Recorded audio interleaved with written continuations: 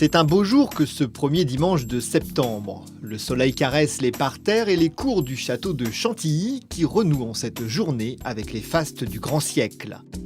Ce ne sont pourtant ni Molière, ni Bossuet ou Madame de La Fayette qui nous fut donné de croiser au hasard des allées des philosophes. Une Alfa d'avant-guerre contourne les bassins au ralenti, tandis que des dizaines de voitures exceptionnelles d'autres temps sont soigneusement rangées sur les pelouses des jardins dessinés par le nôtre. C'était incontestablement le lieu où il fallait être ce jour-là, où il fallait voir et être vu. Un événement mondain comme les autres? Pas vraiment. Ordonnée à grand renfort de communication, cette première édition d'Art et Élégance à Chantilly aurait des visées plus nobles. Pour l'horloger Richard Mille, renouer avec la grande tradition des concours d'élégance relevait d'une forme d'urgence.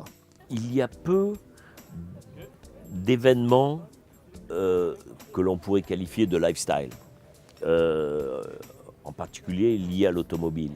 Donc il y a beaucoup de compétitions automobiles et puis on y participe pas mal. Mais je trouvais que ça manquait d'éléments ou d'événements d'envergure. Et lorsque mon ami Patrick Peter m'a parlé de l'idée de relancer un concours d'élégance, j'ai trouvé que l'idée était formidable. J'ai toujours adoré Chantilly, d'abord parce que j'y habitais, et ensuite parce que je trouve que c'est un endroit qui est complètement magique et dont la taille en plus je trouve est très adaptée à ce type d'événement.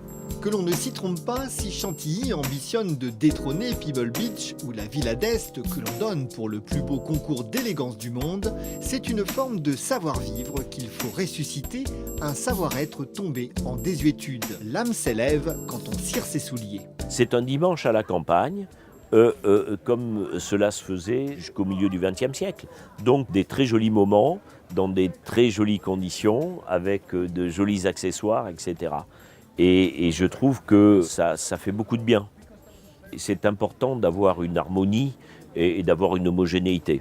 Donc, et là, ça a été le cas. Ce qui est joli ici, c'est que, en définitive, lorsque l'on regarde les gens aux alentours, il y a tous les types d'habillements. Au final, c'est chic, mais il y a une place qui est laissée à la créativité. Vous avez des gens qui sont habillés en cavalier, vous avez des femmes qui sont habillées avec des grands chapeaux, etc. Donc il y a un mélange de styles qui est assez harmonieux en final et qui n'est pas du tout ni ringard, ni guindé. C'est juste élégant. Pour cette première, l'organisateur aura mis les petits plats dans les grands en fédérant les grandes maisons de l'art de vivre à la française. L'horloger Richard Mille bien sûr, mais également la maison J.M. Weston, dont les directeurs artistiques Michel Perry est un grand amateur de mécanique ancienne. Maserati qui fête son centenaire et de l'aventure. Clin d'œil de l'histoire, la marque est née alors que les concours d'élégance connaissaient leur apogée. Nous avions, en France en tout cas, pour objectif de marquer les 100 ans justement, 1914-2014. Donc on a voulu s'associer à Peter Otto, dont on connaît la qualité des événements et qui portait bien les valeurs finalement de Maserati. Le concours d'élégance par définition va bien à la marque. On a une marque très émotionnelle qui a le sens des détails et qui veut faire plaisir à ses clients pour avoir un produit différent d'une grosse partie de la production automobile aujourd'hui. Aujourd'hui, si on doit vraiment définir Maserati, c'est cette combinaison de luxe, d'élégance et de sportivité qui sont un peu les piliers sur lesquels la marque s'est construite. Un plateau automobile tout à fait exceptionnel avec des véhicules rarissimes depuis l'une des toutes premières automobiles produite en 1891 au plus spectaculaire concept car de Peugeot, DS, McLaren ou Alfa Romeo, une démonstration équestre de haute volée, des créations artistiques disséminées dans le parc du château et des défilés de mode. Le domaine de Chantilly ne méritait pas moins. On a pris un soin tout particulier à aller vraiment chercher des voitures qu'on n'a jamais vues ou pratiquement jamais vues. Eh bien, on va faire revivre la grande tradition des concours d'élégance telle qu'elle existait autrefois en France. Et il va donc y avoir une centaine de voitures divisées en 10 classes différentes, 10 catégories différentes qui vont être jugées. Ces voitures vont être installées sur les parterres le nôtre Et puis à côté de ça, on va avoir 10 concept cars, dont 3 révélations mondiales, qui vont être présentés, et là présentés comme ça l'était il y a 50 ans, en association avec un modèle et un couturier. Le plateau est superbe, absolument superbe, il est remarquable, et le jury est de très très haut niveau. Il y a un jury qui est un jury international composé d'Italiens, d'Anglais, d'Allemands, d'Américains, de Français. C'est un jury de très très haut niveau avec des compétences extrêmes. Donc là aussi, tous les ingrédients sont réunis. Que serait l'art de vivre à la française sans la gastronomie? Relais Château et ses belles maisons a donné un somptueux déjeuner digne de ses plus belles tables. Les grands chefs sont bien souvent des esthètes.